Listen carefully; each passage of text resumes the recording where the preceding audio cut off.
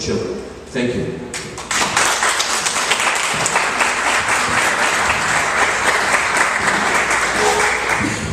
With me, there's no conflict of interest at all. I own a pharmaceutical company. We make generics and commercialize them in Central America, South America, and no conflict. I want to be like Eddie's mother, and I actually want to say something. And this is really important to me. When I started Spend for Ed, which is nothing more than a company that leverages dollars and asks companies to give discounts. So basically, you're going to companies and you're saying, hey, school system, or hey, business, we'll bring the school system to you, but you have to give discounts to show that you're supporting the schools. Well, I've gone to a lot of companies, and it's very funny, because the companies that don't do a lot of business from the school system are very anxious to get involved because they want the business. But the companies that already have great market share, they're not that willing to get involved, and I'm going to name one of them, and I don't care. It's Publix. I asked Publix to extend a discount to help us raise money for public schools, and they said, no, sorry, we're not interested. Well, it's mentioned that the school uniform business has some controversy. Well, the reality is they've been doing business for 20 years and they have over 90% market share already. When I went to Eddie, I'm basically going to Eddie and I'm saying, Eddie, give a discount. Well, Eddie's giving a discount on business that he already has. So there's no conflict of interest by Eddie because he's already successful in eyewitness. Thank you. That's really important.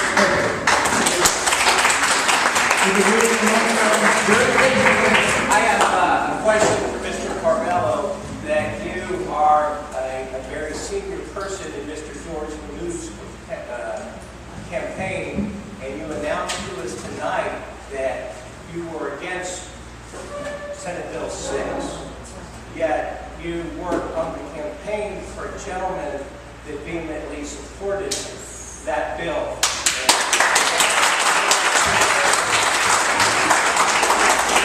Yeah, someone over here talked about civics earlier. Senator Lemieux does not have a campaign. He is not running for office. Senator Lemieux is a federal senator. This was a state bill, so it's two completely different things. So, moreover, I don't necessarily think that because, for example, Mrs. Perez works for Dr. Perez, that she agrees with her 100% of the time. I don't think that, I know that I don't agree with my mom 100% of the time. So you're absolutely right. Senator Lemieux expressed that he was in favor of that bill. I expressed that I was against it. It's very simple.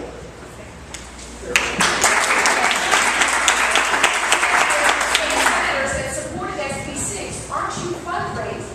Haven't you received campaign funds from Anna Terry Flores, from other state senators and state representatives? This is typical politics. People try to twist and turn and try to get you, right? No, it's not. You see, when people contribute to a campaign, I don't know if you ever had, it's free speech. That means you support someone. That doesn't mean that they agree with you on every issue. So let me make it clear. I was on the record from the first day I decided to run. It's in the Miami Herald. You can look it up. I was opposed to SB 6. Now, if you want to come here and question whether people are saying the truth, you can do that. But all I can do is show you the record, and when I get on the school board, it will be very clear to you, if I have that privilege, that I don't think SB 6 was a good bill. And there were many problems with it. We could go through all my objections to that bill, if you like. But if, what you're trying to do is say, I gotcha, because someone who's supporting you supported that bill, that's very disingenuous. It's not just Anna Terry Flores. There was others. There are two people that supported me that voted on the bill and voted in favor of it. Eric Blessed and Anna Terry Flores. Marcelo Llorente, who voted against the bill, is also supporting it. So does that count anything for you? Thank you. I want to talk about the charter schools. My kids have been through the public school system. They're no longer in it, thank God.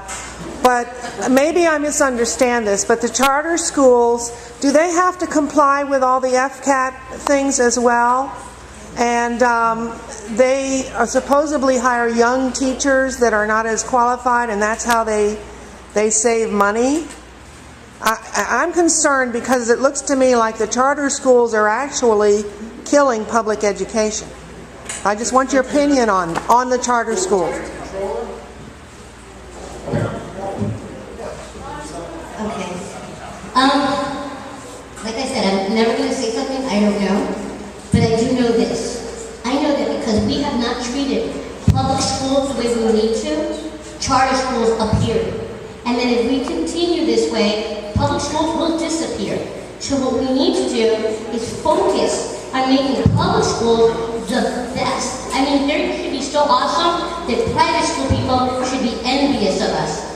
And then we don't have to worry about charter schools, private schools, or even getting people from another country to come in here and teach our children because it saves money. And that's exactly what's happening.